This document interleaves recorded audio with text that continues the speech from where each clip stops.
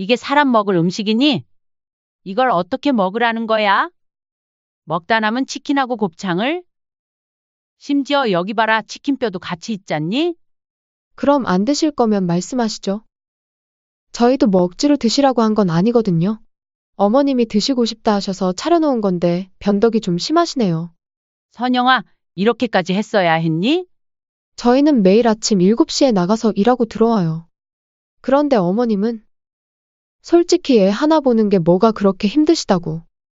밥 정도는 직접 해 드시면 될 거 가지고 쪼잔하게 해달라 하세요? 솔직히 말해보세요. 어머님도 손주 이쁘다 하면서 보고 싶어 했으면서 왜 자꾸 대접받으려고만 하세요? 아니, 나는 애 봐주는 거에 취미 없다. 뭔가 오해하고 있구나. 손주야, 당연히 내 자식이니 이쁜 건 맞지? 그런데 너네 집에 와서 가정부 취급받고 싶다는 소리는 아니었어. 어머? 손주가 왜 어머니 자식이에요? 제 자식이죠? 선영아, 그걸 말이라고 하니? 내 자식이 아니라고? 황당하구나. 그럼 나는 내 자식도 아닌데 공짜로 와서 가정부 취급이나 받고 있었던 거니? 어머님, 그렇게 쪼잔하게 생각하시면 어떡해요? 그깟 밥 한 끼 뭐 더더먹었다고 그러시는 거예요? 제 친구 민지 어머님은 손자 봐주시면서 집안일도 다 해주세요. 심지어 반찬까지 해다 주시거든요? 내가 살다 살다 이렇게 모욕감을 느낀 적은 처음이다. 그것도 며느리한테. 이번 사연의 주인공은 경기도 남양주시 화도읍에 사는 68세 윤말순 씨입니다. 말순 씨는 오래된 아파트 5층에 혼자 살고 있었습니다. 엘리베이터도 없는 낡은 아파트였죠. 하루에도 몇 번씩 그 계단을 오르내리는 일이 이제는 제법 힘에 부쳤습니다. 3년 전 남편이 갑자기 쓰러졌습니다. 뇌경색이었죠. 그날 이후 남편은 광주시 병원에 입원해 있었습니다. 말은 거의 하지 못했지만 말순 씨가 병실에 들어서면 남편의 눈가가 촉촉해졌습니다. 말순 씨는 매일 아침 6시면 일어나 도시락을 쌌습니다. 남편이 좋아하던 나물 반찬, 부드럽게 끓인 미역국, 그리고 소화가 잘 되도록 푹 익힌 밥. 3년 동안 단 하루도 빠뜨린 적이 없었습니다. 여보, 오늘은 콩나물 무침 넣었어. 예전에 좋아했잖아. 말순 씨가 숟가락으로 죽을 떠서 남편 입에 넣어주면 남편은 천천히 삼키며 고개를 끄덕였습니다. 말은 못해도 맛있다는 표정이었죠. 그런데 문제는 돈이었습니다. 그래도 그나마 남편이 일할 때 작은 상가 하나 매입하여 병원비나 간병비를 충당하였죠.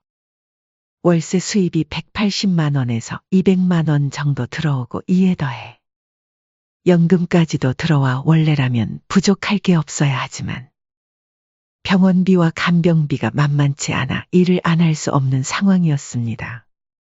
그렇게 빠듯하게 살아가던 어느 날 아들 희도에게서 전화를 걸어왔습니다. 엄마, 요즘 어떻게 지내세요? 그럭저럭 살지. 뭐 너도 시간 나면 아버지 좀 보러 오고 하거라. 그래야죠. 엄마도 아버지 병원도 매일 오가시느라 많이 힘드실 것 같아요. 걱정이 돼서 그런데. 아들의 목소리가 예전보다 다정했습니다. 말순 씨는 속으로 기뻤죠. 아들이 자신을 걱정해 주는구나 싶어서요. 괜찮다, 괜찮아. 너는 밥은 잘 먹고 다니지. 그럼요, 잘 먹고 다니죠. 그래서 말인데요. 엄마가 상가 관리까지 하시는 것도 번거로우실 텐데 제가 좀 맡을게요. 뭐? 아버지 병원도 다니시고 집안일도 하시고 너무 많은 것 같아서요. 상가는 제가 관리하면 어떨까요? 대신 월세는 아버지 병원 입원비 나가는 것만 엄마한테 입금해 드릴게요. 말순 씨는 잠시 말문이 막혔습니다. 상가 월세에서 병원비만 떼고 나머지는 아들이 가져간다는 뜻이었거든요. 희도야, 그럼 엄마는? 엄마는 아버지 병간호에만 신경 쓰시면 되잖아요. 다른 건 제가 알아서 할게요. 아들의 목소리에는 확신이 있었습니다. 말순 씨는 망설였지만 결국 고개를 끄덕였습니다. 그래? 알았다. 한번 생각해 볼게. 며칠 뒤 이번엔 며느리 강선영에게서 연락이 왔습니다. 어머님, 안녕하세요. 선영아. 무슨 일이니?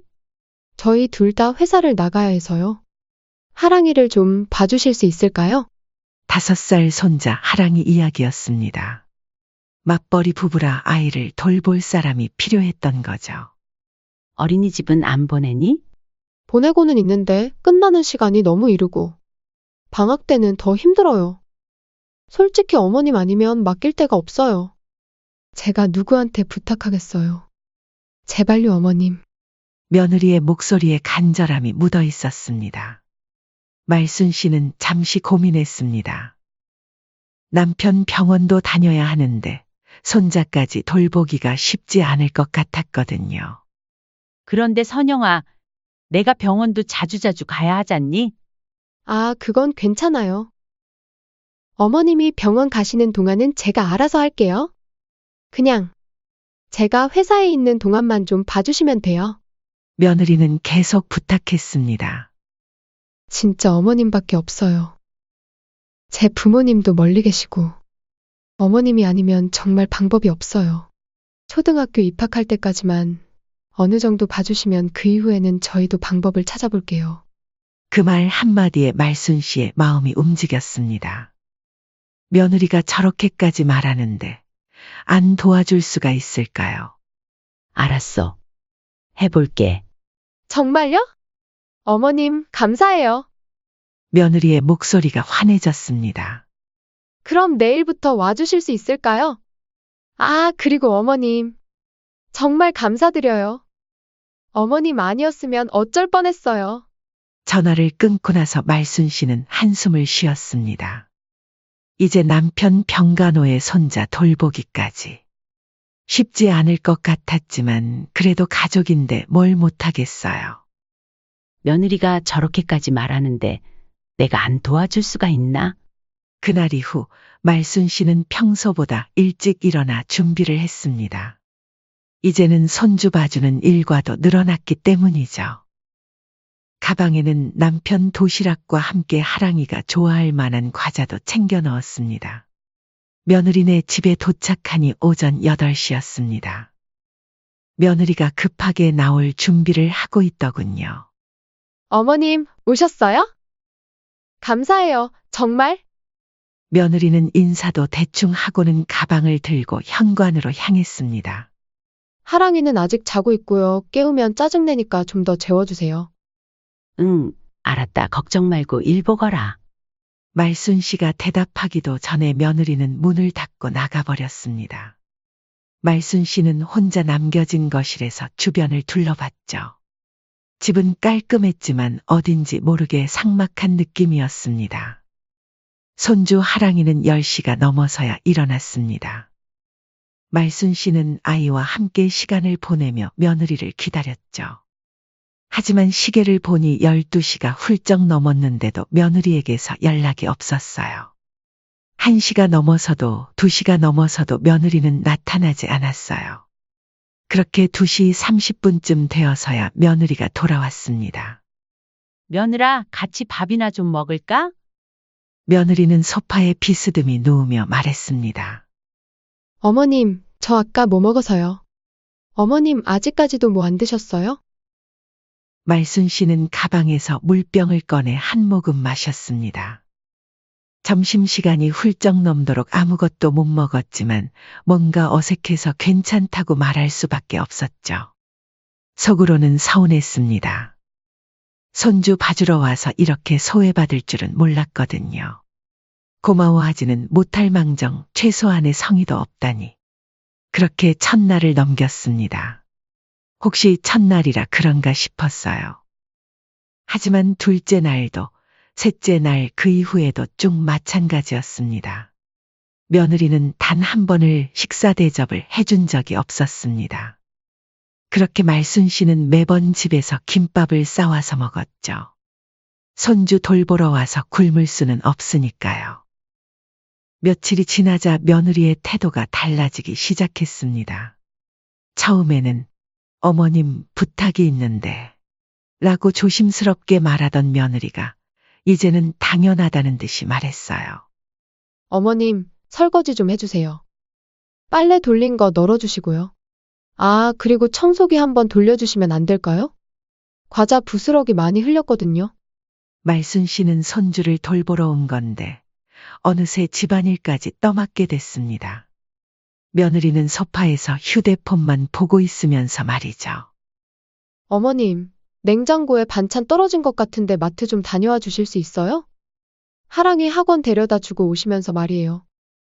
이제는 아예 심부름까지 시켰습니다. 말순 씨가 거절하기 어려운 걸 알고 있는 것 같았어요. 일주일이 지나자 며느리는 더 노골적으로 변했습니다. 어머님은 집에만 계시니까 심심하실 텐데 이것저것 해주시면 좋잖아요. 어차피 하랑이 놀고 있을 때는 할 일도 없으시고요. 며느리는 말순 씨가 할 일 없는 사람이라고 생각하는 것 같았습니다. 남편 병간호를 다녀야 한다는 사실은 아예 잊어버린 듯 했죠. 그런데 정말 어이없는 일은 며칠 뒤에 벌어졌습니다. 그날은 며느리 친구가 놀러 왔습니다. 20대 후반으로 보이는 여자였는데 며느리와 함께 거실 소파에 앉아 수다를 떨고 있었어요. 말순 씨는 부엌에서 설거지를 하고 있었는데 갑자기 며느리가 불렀습니다. 어머님, 응? 손님 왔는데 커피 좀 내려주시겠어요? 말순 씨는 순간 귀를 의심했습니다. 자신이 잘못 들은 건가 싶어서요. 뭐라고? 커피요.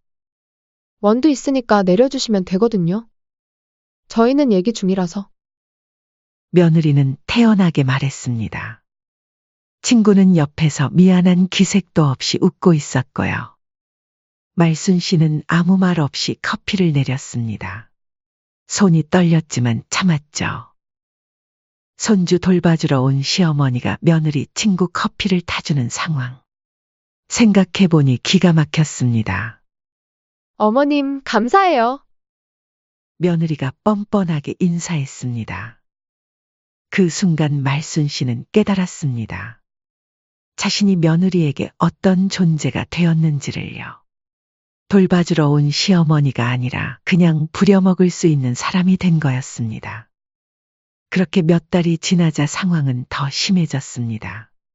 어머님, 오늘 장 좀 봐주세요. 리스트 써놨으니까 마트에서 사오시면 돼요. 그날 저녁 집에 돌아온 말순 씨는 한참을 생각했습니다. 이게 정상인가 싶었어요. 자신이 예민한 건지 아니면 정말 며느리가 선을 넘은 건지 고민 끝에 아들에게 전화를 걸었습니다. 희도야. 네, 엄마. 무슨 일이세요? 엄마, 이제 하랑이 못 보겠다. 갑자기 왜요? 무슨 일 있으셨어요? 아들의 목소리에 당황한 기색이 역력했습니다. 솔직히 사람 대접을 못 받는 느낌이야. 밥 한 끼를 안 차려주니? 말순 씨는 며칠간 있었던 일들을 하나하나 설명했습니다. 점심을 굶게 하는 것, 집안일을 시키는 것, 심지어 친구 커피까지 타달라고 한 일까지요. 그리고 말이다. 대체 나를 뭘로 보는 거야? 사람 하나 불러다 쓰는 것처럼 하는구나. 내가 직접 말할까 하다 일단 너한테 먼저 말했다. 아들은 한참 동안 말이 없었습니다. 아, 엄마, 근데 밥은 그냥 드시고 오시면 안 될까요? 먹고 오라고? 네, 아무래도 그게 서로 편하잖아요. 밥 때문에 뭐라 하는 것도 그렇고. 아니, 그렇게는 못하겠다. 물론 매번 밥 차려달라 부탁하는 것도 아니고 이건 성의 문제잖니? 나도 너네들 사정 봐줘서 매번 손주 봐주러 가는데 나 같았으면 고마워서라도 이것저것 챙겨줬을 거야. 그런데도 불구하고 안 된다고 말하면 나도 너네 사정 봐줄 이유 없다. 그냥 너네 일은 너네가 해결하거라. 아, 꼭 그렇게까지 하셔야 돼요. 알겠어요, 엄마. 그럼 제가 말해볼게요. 알았어. 그런데 희도야, 엄마를 너무 쉽게 보면 안 된다. 나도 사람이야. 감정이 있는 사람이고 최소한의 예의는 지켜줬으면 하구나. 난 너네 부탁받고 부탁 들어주러 간 거지 식모 마냥 집안일까지 도맡아 하는 사람은 아니다. 네, 알겠어요. 정말 죄송해요. 말순 씨는 한숨을 쉬었습니다. 그래. 딱 한 번만 더 믿어본다. 이번이 마지막이야. 네, 엄마. 정말 고마워요. 다시는 이런 일 없을게요. 전화를 끊고 나서 말순 씨는 마음이 조금 나아졌습니다. 아들이 사과했고 며느리에게도 얘기해 준다고 했으니까요. 그렇게 며칠 뒤 또 전화가 왔습니다. 어머님, 내일 하랑이 좀 봐주실 수 있으세요? 또 며느리였습니다. 말순 씨는 잠시 망설였어요. 아들이 며느리에게 얘기했다고 했는데 정말 달라졌을까요? 그래, 알았어. 다음 날 아침 말순 씨는 기대 반 걱정 반으로 며느리네 집에 갔습니다. 이번에는 정말 달라졌겠지 싶었거든요. 현관문을 열고 들어서자 며느리가 현관에서 신발을 신고 있었습니다. 어머님 오셨네요. 목소리가 예전과 달랐습니다. 뭔가 차가웠어요. 응, 전 회사 가야 해서요. 하랑이는 자고 있으니까 나중에 깨우시고. 며느리는 급하게 나가려다가 잠시 멈춰 서더니 식탁 쪽을 턱으로 가리켰습니다. 아, 식사는 거기 준비해뒀어요. 어제 남은 거 있으니까. 퉁명스러운 말투였습니다. 마치 일부러 신경 쓰지 않겠다는 듯한 느낌이었어요. 말순 씨는 순간 이상했지만 그래도 음식을 준비했다니 다행이라고 생각했습니다. 그래, 알았어. 그럼 가봐야겠네요. 며느리는 인사도 대충 하고 문을 닫고 나가버렸습니다. 며느리가 나간 후 말순 씨는 뭔가 찜찜했습니다. 며느리의 태도가 예전과 다르게 느껴졌거든요. 하지만 음식은 준비해뒀다고 했으니까 하랑이를 깨워서 함께 식탁으로 갔습니다. 그런데 식탁 위를 보는 순간 말순 씨는 말문이 막혔습니다. 비닐봉지 몇 개와 배달 용기들이 어지럽게 널브러져 있었어요.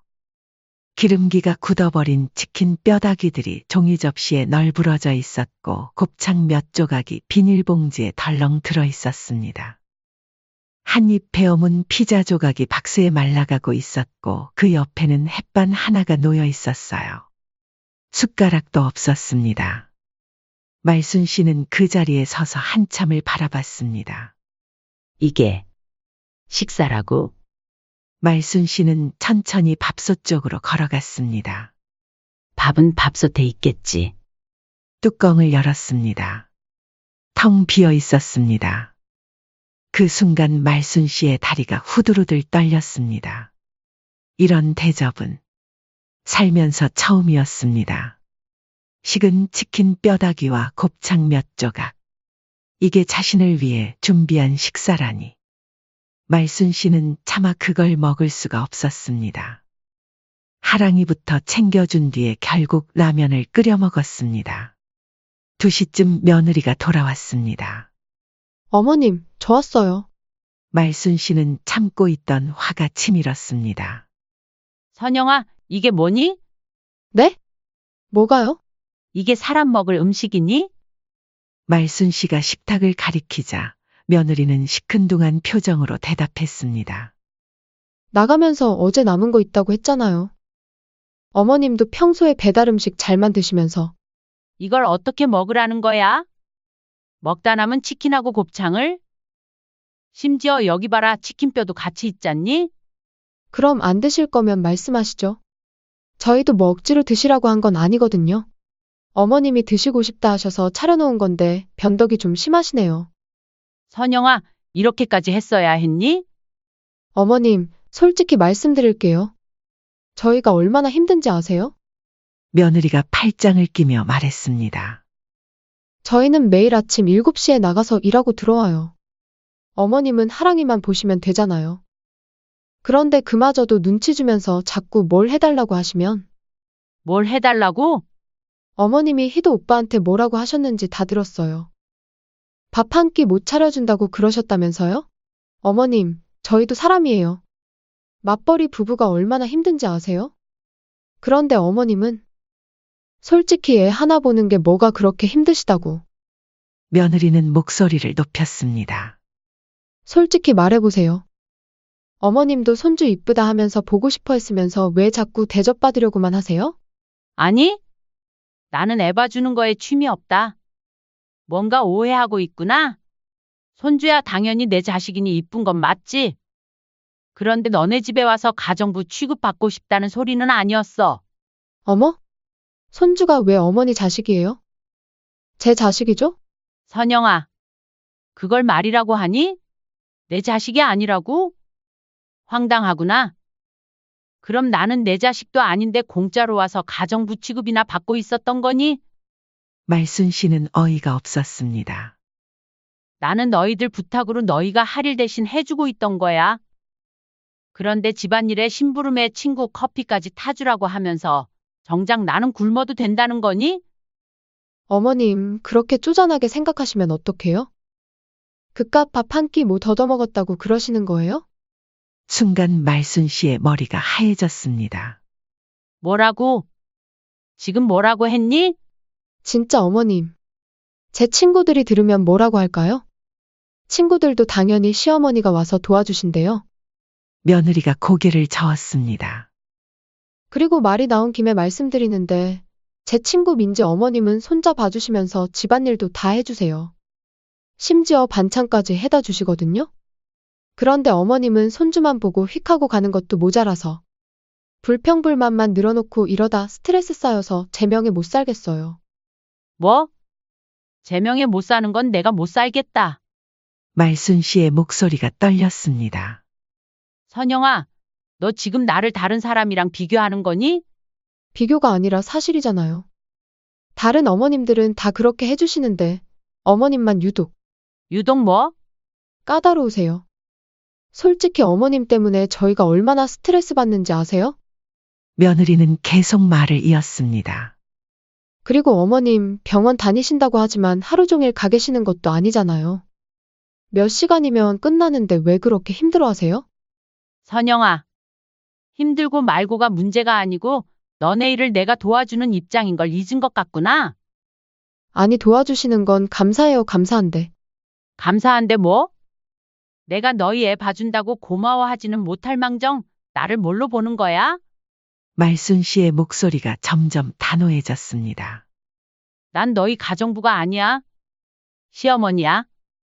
그런데 너는 나를 어떻게 대했어? 어머님이 너무 예민하게 받아들이시는 거 아니에요? 요즘 시대에 그런 식으로 생각하시면 며느리는 끝까지 적반하장이었습니다. 예민하게? 식은 치킨 뼈다귀 주고 이게 식사라고 하는 게 정상이니? 내가 살다 이렇게 모욕감을 느낀 적은 처음이다. 그것도 며느리한테? 어머님 진짜? 그깟 것 가지고 그렇게 따지시면 저희가 어떤 기분일까요? 다른 시어머님들은 안 그러시는데 말순 씨는 더 이상 참을 수 없었습니다. 선영아, 너 지금 나한테 그깟 것이라고 했지? 어머님이 너무 심하게 받아들이시는 것 같아요. 심하게? 내가 심한 거야? 말순 씨는 그동안 참았던 모든 게 터져나왔습니다. 내가 언제부터 너한테 밥 한 끼 얻어먹으려고 눈치 봐야 하는 사람이 됐니? 내가 언제부터 너희 집 가정부가 됐어? 어머님, 말 끊지 말고 끝까지 들어라. 나는 너희 애 봐주러 온 거야. 그런데 너는 나한테 뭘 했어? 설거지에 빨래에 청소에 심부름에. 심지어 친구 커피까지 타달라고 했잖아. 며느리는 입을 다물었습니다. 그런데도 내가 참았어. 가족이니까. 그랬는데 너는 나를 어떻게 대했어? 식은 치킨 뼈다귀 주고 이게 식사라고? 이게 사람이 할 짓이야? 말순 씨의 목소리가 점점 커졌습니다. 그리고 다른 어머님이랑 비교하네? 선영아, 다른 어머님들이 뭘 해주든 그건 그분들 일이야. 나는 나고 너는 나한테 최소한의 예의도 지키지 않았어. 그게 아니에요. 아니긴 뭐가 아니야. 너는 처음부터 끝까지 나를 우습게 봤어. 나이 들었다고 의지할 데 없다고 함부로 해도 된다고 생각했지? 말순 씨는 가방을 들었습니다. 좋아. 이제 알았어. 너희가 나를 어떻게 생각하는지 확실히 알았어. 어머님, 잠깐만요. 잠깐만 뭐? 나는 이제 끝이야. 너희 애도 안 볼 거고, 너희 집에도 안 올 거야. 며느리가 당황한 표정을 지었습니다. 어머님, 그럼 하랑이는 어떡해요? 저희 정말 맡길 데가 없는데. 어머님이 안 봐주시면 저 일 그만둬야 해요. 그건 처음부터 너희가 생각했어야 할 일이야. 말순 씨는 현관으로 향했습니다. 어머님, 정말 이러시는 거예요? 그럼 저희는 어떡하라고요? 이렇게 남처럼 대하는 너네한테는 한 푼도 물려주지 않을 거다. 희도한테 오늘 일 설명하면서 그렇게 전하거라. 난 간다. 며느리가 뒤쫓아왔지만 말순 씨는 돌아보지 않았습니다. 집으로 돌아온 말순 씨는 한참을 앉아 있었습니다. 분하고 서럽고. 그런데 한편으로는 속이 시원했어요. 그동안 참았던 말을 다 한 기분이었거든요. 그날 밤 말순 씨는 책상 서랍을 열었습니다. 상가 관리 해지서, 매매 위임 동의서, 그리고 부동산 중개사 명함. 이틀 뒤 말순 씨는 부동산 중개사와 만났습니다. 이 상가 정말 좋은 위치네요. 금방 팔릴 것 같은데요. 빨리 처리해 주세요. 급해요. 네, 알겠습니다. 이 정도면 일주일 안에 매수자 나올 것 같아요. 말순 씨는 집에 돌아와서 조용히 짐을 정리하기 시작했습니다. 3년 동안 남편 병간호를 위해 모아둔 자료들, 의료진과 주고받은 연락처들, 그리고 앞으로 필요할 서류들까지. 그런데 그날 저녁 아들에게서 전화가 왔습니다. 엄마, 선영이한테 들었는데. 무슨 일이에요? 목소리가 다급했습니다. 하랑이 안 봐주신다고. 그리고 상가도 팔으신다고요? 말순 씨는 한숨을 쉬었습니다. 응, 팔기로 했어. 엄마, 갑자기 왜요? 선영이가 뭔가 실수했나 봐요. 제가 다시 얘기해 볼게요. 희도야, 말순 씨의 목소리가 차분했습니다. 너 선영이한테 내가 뭐라고 했는지 그대로 다 얘기했다고 했지? 그래서 선영이가 나한테 뭐라고 했는지 아니? 뭐라고 했는데요? 그깟 밥 한 끼 뭐 더더먹었다고 그러냐고 했어. 그리고 다른 시어머니들은 집안일도 다 해주고 반찬까지 해다 주는데 나만 까다롭다고 했어. 그리고 먹다 남은 음식을 나한테 줘? 전화 너머가 조용해졌습니다. 엄마, 희도야, 내가 너희한테 뭘 바랐는지 아니? 말순 씨의 목소리에 서운함이 묻어 있었습니다. 성이었어, 최소한의 성의. 고마워하지는 못할 망정, 나를 사람 취급이라도 해주길 바랐어. 그게 그렇게 어려운 일이었니? 엄마, 진짜 죄송해요. 제가 다시 한번 말해 볼게요. 이제 와서 미안하다고 해봤자 소용없어. 내 마음은 이미 정해졌어. 엄마, 그래도. 희도야, 엄마도 사람이야. 자존심도 있고 마음도 있어. 그런데 너희는 나를 뭘로 봤어? 말순 씨가 계속 말했습니다. 상가 월세로 너희 도와주고 하랑이 봐주고 집안일에 심부름까지 해주면서도 한 번도 불평 안 했어. 그런데 나한테는 어떻게 했어? 최소한의 예의도 없었잖아. 엄마, 됐어. 이제 그만하자. 엄마도 내 인생 살고 싶어. 다음 날 상가 매수자가 나타났습니다. 시세보다 조금 낮은 가격이었지만 말순 씨는 바로 계약했습니다. 계약금을 받고 집에 돌아온 말순 씨는 강원도 평창 부근 부동산 사이트를 찾아봤습니다. 작은 단층 집들이 여러 개 나와 있었어요. 여기가 좋겠네. 햇살이 잘 들고 마당도 있고 무엇보다 조용한 곳이었습니다. 남편과 함께 살기에 딱 좋아 보였어요. 며칠 뒤 말순 씨는 남편이 입원한 병원에 갔습니다. 여보, 우리 이사 가자. 남편은 눈으로만 말순 씨를 바라봤습니다. 강원도 평창 쪽에 조용한 집 하나 구했어. 공기도 좋고 마당도 있어. 거기서 우리 둘이 조용히 살자. 말순 씨가 남편 손을 잡았습니다. 병원은 거기 가까운 데로 옮기고 간병인도 구해서. 이제 우리끼리만 살자. 남편의 눈가가 촉촉해졌습니다. 말은 못했지만 고개를 살짝 끄덕이는 것 같았어요. 일주일 뒤 상가 매매가 완전히 끝났습니다. 말순 씨는 곧바로 강원도 집계약을 진행했습니다. 이사 당일 말순 씨는 조용히 짐을 정리했습니다. 그런데 그때 아들이 찾아왔습니다. 엄마, 정말 가시는 거예요? 응? 엄마, 우리 진짜 잘못했어요. 다시 한 번만 기회를 주세요. 아들의 목소리가 간절했습니다. 근데 상가까지 다 팔아버리면 우리 어떡하라고요? 그 순간 말순 씨는 돌아서서 아들을 똑바로 봤습니다. 희도야, 네, 엄마. 내가 너한테 바란 거 별거 아니다. 말순 씨의 목소리가 단호했습니다. 내가 너한테 바란 게 뭐였니? 성이었어. 서로에 대한 존중이었어. 말순 씨의 목소리가 단호했습니다. 나를 사람으로 대해달라는 거였어. 그런데 너희는 나한테 식은 치킨 뼈다귀를 줬잖아. 그게 사람한테 할 짓이니? 엄마, 너희는 나를 당연히 부려먹을 수 있는 사람으로 봤어. 아들이 고개를 숙였습니다. 이제 엄마는 엄마 인생을 살 거야. 내 아버지랑 단둘이 조용하고 따뜻하게. 엄마, 그럼 저희는 너희 일은 너희가 알아서 하거라. 아들은 아무 말도 못했습니다. 그리고 희도야, 선영이한테 전해줘. 다른 시어머니들이 뭘 해주든 그건 그분들 일이고 나는 나라고. 앞으로는 나를 다른 사람이랑 비교하지 마. 말순 씨는 마지막 짐을 들었습니다. 그럼 잘 살아라. 하랑이한테도 할머니가 안부 전한다고 해. 엄마, 아들이 불렀지만 말순 씨는 돌아보지 않았습니다. 오후에 남편과 함께 강원도로 향했습니다. 미리 연락한 지역 병원에서 남편을 받아주었어요. 새 집에 도착했을 때는 해가 질 무렵이었습니다. 작은 단층 집이었지만 햇살이 좋았습니다. 마당에는 꽃을 심을 수 있을 것 같았고 멀리 산이 보였어요. 말순 씨는 남편 휠체어를 밀고 마당으로 나왔습니다. 여보, 여기 어때? 공기 맑지? 남편이 고개를 끄덕였습니다.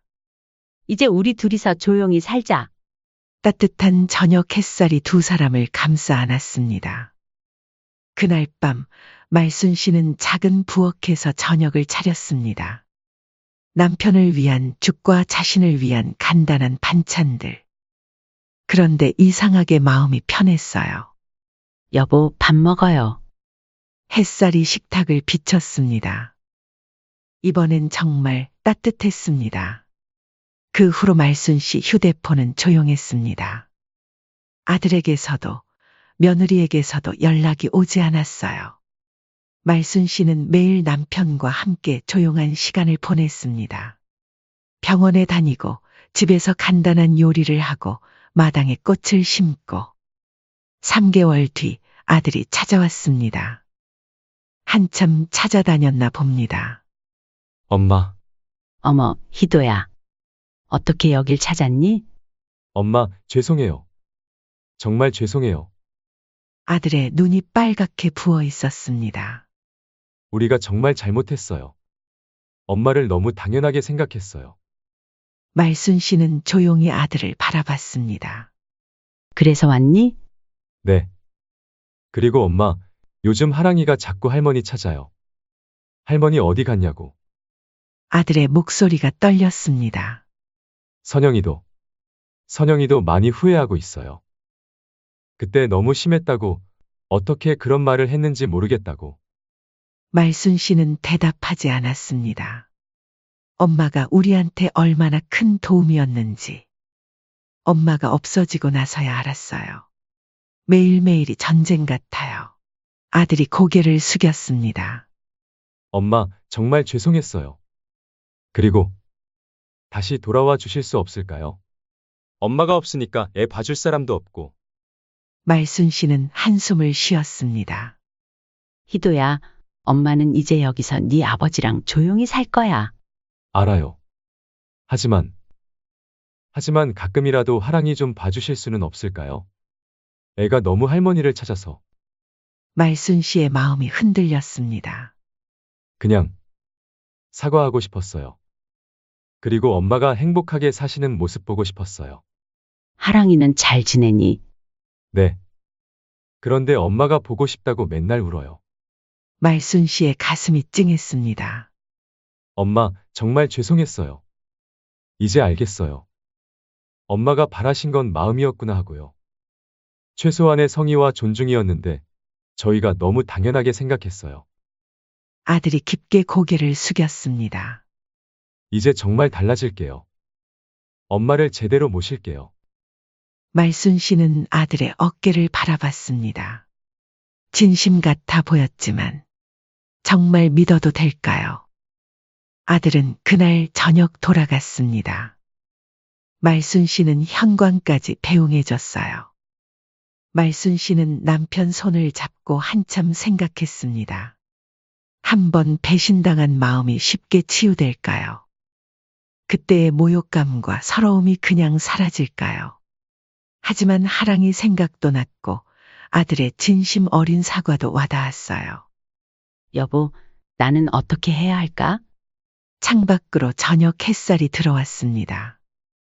말순 씨는 부엌으로 가서 저녁을 준비하면서도 계속 생각했습니다. 용서해야 할까? 아니면 이대로 조용히 살아야 할까?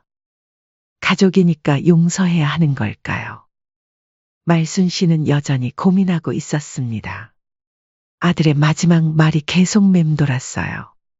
정말 이제 알아주는 걸까? 아니면 또 실망시킬까? 햇살이 식탁을 비췄지만 말순 씨의 마음은 여전히 복잡했습니다. 용서를 해주어야 할까요? 아직도 말순 씨는 고민 중에 있습니다. 여러분의 생각을 댓글로 남겨주세요. 현명한 조언이 절실히 필요할 때입니다. 이번 사연은 여기까지입니다. 시청해 주셔서 정말 감사드립니다.